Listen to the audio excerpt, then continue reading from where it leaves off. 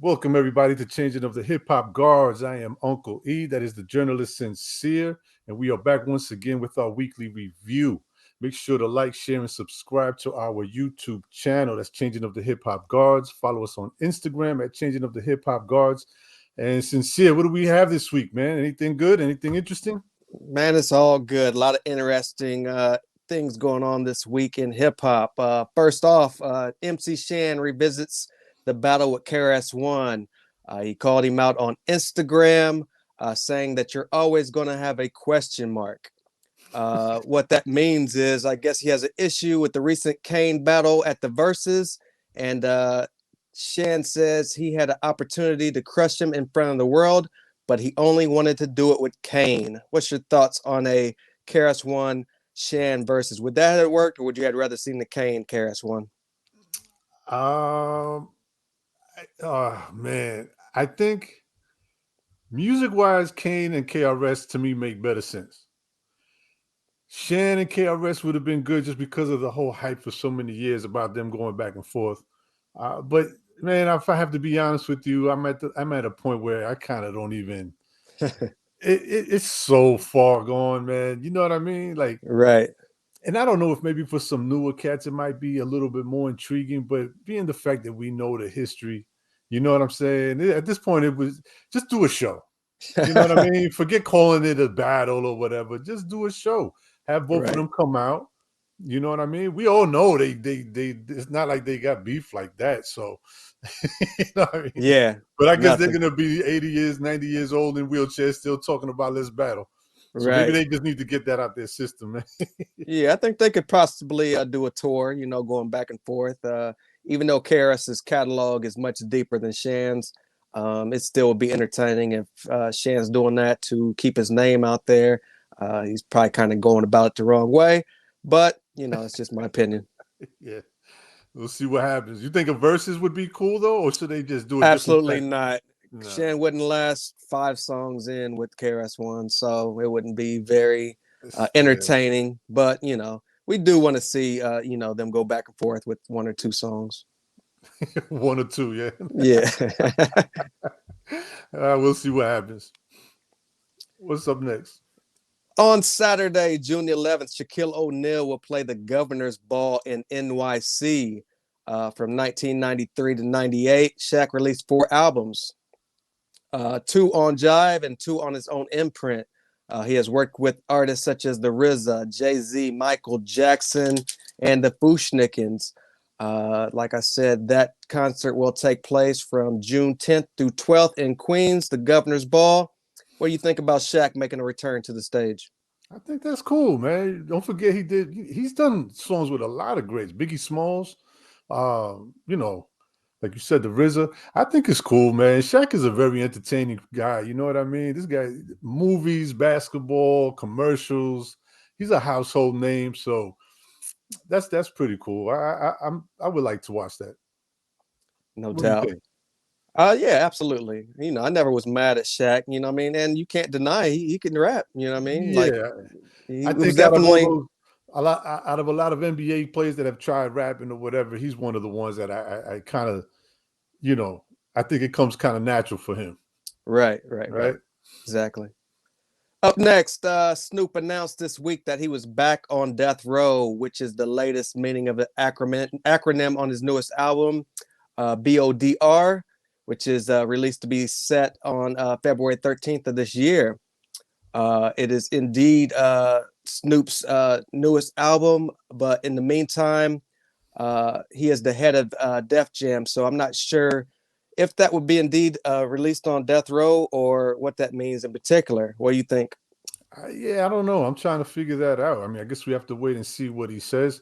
I'm kind of interested about this whole death row thing. I'm wondering, like, what's the scenario with that? Who's in control of that? You know what I mean? Of running death row right now. You know what I mean? Right. That's why I was thinking that maybe he's going to make an announcement, because I remember he had an issue saying about Dre should be head of death row, if I'm not mistaken.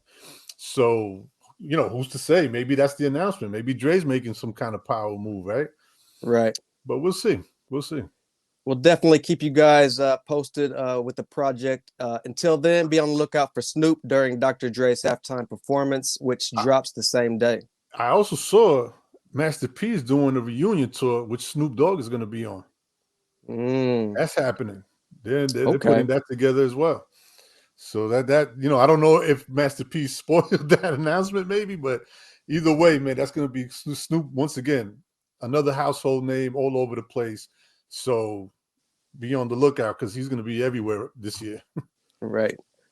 Also, this weekend, Camp Low celebrated the 25th anniversary of their debut album, Uptown Saturday Night. The album featured members from De La Soul, Digable Planets, as well as production by Ski Beats. When Camp Low hit the scene in 1997, what was your initial thoughts, Uncle E? I've loved Camp Low since day one. They are one of my favorite duos in hip hop. I had the pleasure of interviewing Geechee Suede on my boy Cooler Rule Divine's podcast about what was that, maybe like 2 or 3 years ago. Um, you know, cool guy, down to earth. Um, I've always liked them. I like their style. I like The lingo, the the language. lingo, their voice. Each one of them like have a unique voice that complements each other at the same time. Right, Sometimes you have like groups where one person their voice stands out amongst the rest. Like both of theirs is equally dope. Um, their whole way they came out, which I had a chance to tell them about, like that whole 70s, right? Black exploitation type of right, vibe and all of that stuff. right, It's stuff that we grew up on, so it made sense. It was kind of like how the Wu-Tang incorporated the kung fu and karate movies and stuff like that into what they do. They incorporated that whole type of, you know, pimpish 70s type of style. So I've always liked them. I'm always, congratulations to them celebrating, what is it, 25, 25 years of Uptown? no Nice. doubt. Nice. Ski Beats was definitely in the zone. He was working on Reasonable Doubt at the same time as he was working on Camp Lowe's Uptown Saturday Night. So, I think Jay and Camp were going back and forth with whose beat is that? Oh, yeah? Well, whose beat is Yeah, that for? yeah. So, Ski was in the zone. Definitely I, happy anniversary to Ski as well. if I'm not mistaken, I heard Feeling It was actually a Camp Blow joint first. Mm, That's what I'm I can hearing. So I can definitely hear those guys over that track. supposedly it's out there somewhere. You might have to search YouTube, but there might be a version out there of Camp Low doing Feeling It.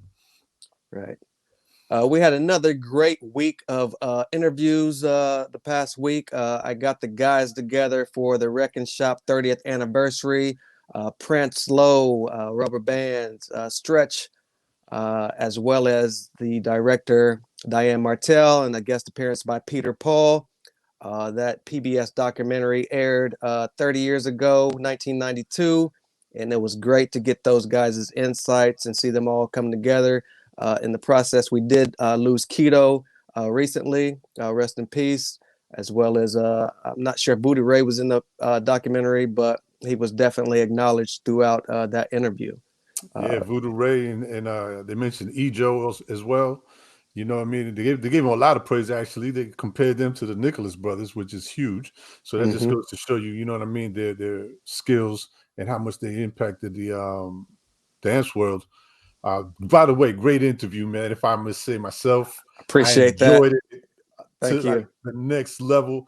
To see those guys together talking and enjoying themselves. That was great, man, because I think I was telling you, that culture, right? That whole era of the dancers, man. To me, I feel they don't get enough respect, or at least Right. mention. They were huge on the impact of hip hop, the culture, fashion, uh, instrumental and music videos. They just don't get their credit, in my opinion. So, congrats to you on putting that together. Appreciate it. You got a clip that you can go into? Yeah, man. Let's go to this clip real quick. All right. Us because at Yep. this time it was a battle zone. People getting their pockets dug, all type of stuff going on, and we in a circle dancing and entertaining the crowd. And at this time, Puff Daddy is a promoter of. If you want to catch the rest, you got to go to the General Sincere's page, man. Make sure to check that out. Very Coming interesting, man. A lot of gems, a lot of jewels, a lot of history right there. Very interesting. No doubt. And that's coming soon to YouTube as well. Also, this week, I had the opportunity to talk to Coke Daniels, member of Madcap, formerly, as well as the color section. He talked a lot about the career as well as his transition into film and movies. His latest movie, Karen, is out now, and he's got a lot of upcoming things in the near future. You have a clip as well, Uncle Let's E? go to the video clip. And I didn't leave rap because I wasn't successful. I left rap because I didn't love it anymore. Like after Biggie and Pac got killed, and it went back to like you had to be a gangster. Like after the Chronic album came out, it just killed West Coast hip hop until Kendrick came out because Mm, you had to be gangster. And even Exhibit had to flip up his style and be more gangster and address more of them subject matters and things like that. And I just don't. I mean, I got in the music industry to get away from gang life and that kind of thing. So when it started infiltrating the music, and then it had to be like, and I was associated with gangs. I grew up around gangs. A lot of my family members are gang members, but that wasn't me. So I wasn't gonna fake the funk just to sell records. It just wasn't my thing. So I just lost the love. It wasn't a thing of obviously, first, album out the gate, RCA Records. We on Yo MTV Raps and BET, and we're touring with Pac and Biggie and all the who's of that era. And just imagine having to get on stage after them dudes or before them dudes. It's never a good option, but it was dope, man. It was a dope experience. Pretty very interesting, dope. man. Yeah, Yeah, yeah, very. yeah. I wasn't too familiar, you know what I mean, as far as the music goes, what he was doing in musically. I've seen him as far as directing stuff, but that was pretty cool. Pretty cool. No doubt. We had a special guest this week that we really got a kick out of, the legendary Joe Fatal. We got a chance to sit down with him and pick his brain. So many jewels, so many gems, and we'll be tossing those out to you throughout the year, throughout the weeks, with a aptly titled Fatal Fridays. So be on the lookout for those. In the meantime, you have another clip, Uncle E. And I'm like, yo, I got this kid, man. He's cause he rhymed to me, and I'm like, yo, I was like, yo, the kid's dope, man. The kid's dope. Come to the studio. We're gonna go to the studio in Brooklyn and shit. And he was like, word. He was like, but he's starting to work with Rakim and shit now. So Yeah, he's so like, it's like I ain't got time for shit. I gotta finish my album. I gotta do this. I'm like, nigga, I'm the one that brought you into this shit. Like, I need you to come and do something with me. He was like, yo, take the disc. He was like, find out if they got a 1200 at their studio. And I think they had. this Joe Fatal, man. I don't know. Maybe you guys know who he's talking about, but if you don't, you're gonna have to catch our Fatal Friday. So make sure you log on and tune into our YouTube channel for those updates. Absolutely. Like I said, the That legendary was Joe Fatal. a lot of stories, man. A lot of stories. Yeah, he kept us up late and we were all about it. Shout So, out to Joe Fatal, man. Shout out to Joe no Fatal. doubt. Very, very like we said, the Forrest Gump of hip hop, man. For sure. Yeah, man. Also, before we go, I would like to give a special shout out to none other than David Ortiz. You guys might know him from playing for the Boston Red Sox. Recently he was inducted into the National Baseball Hall of Fame. He's only one of 4 Dominicans who have made it into the Hall of Fame. A little bit about David Ortiz. They call him Big Papi for those who might not know. 20-year career started with Minnesota Twins. He earned 3 World Series rings, 10 All-Star nods, a World Series MVP, an ALCS MVP, 7 Silver Sluggers. Say that 10 times fast. And 2 Hank Aaron Awards. He's credited for helping the Boston Red Sox break their what they call the Bambino curse. If you don't know what that is, that's Babe Ruth used to be signed to the Boston Red Sox, very successful team.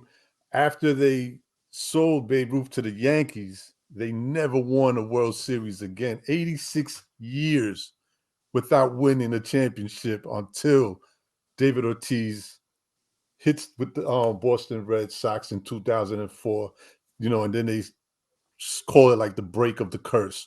So shout out to David Ortiz, man. Very well deserved. Very good player, man, for the Boston Red Sox. This is him getting the phone call when they giving him the good news. This is Jack O'Connell with the Baseball Writers Association of America.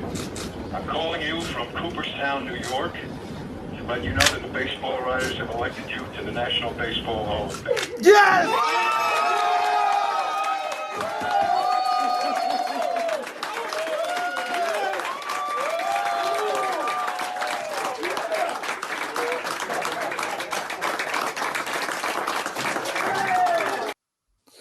Man, very well deserved, man. You know what I mean? You play so hard, practice all those years, man, coming Right. up, man. That's a great accomplishment. No doubt. Hey, a big shout out to the Cincinnati Bengals as well. That's true. That's true. Cincinnati Bengals doing their thing, man. Who would have thought? Right, no doubt. Man, so I think that's all we have for this week, man. Pretty exciting. A lot of good things going on. Yes. You Great know, January, a great January as we transition into February. Can't wait to see what that holds for us. yes, sir, man. So, like I said earlier, make sure you log on and subscribe to Changing Up the Hip Hop Guards on YouTube. You don't want to miss all the exclusive interviews that we've had and have coming up. So, log on, like, share, Subscribe, and subscribe. no doubt.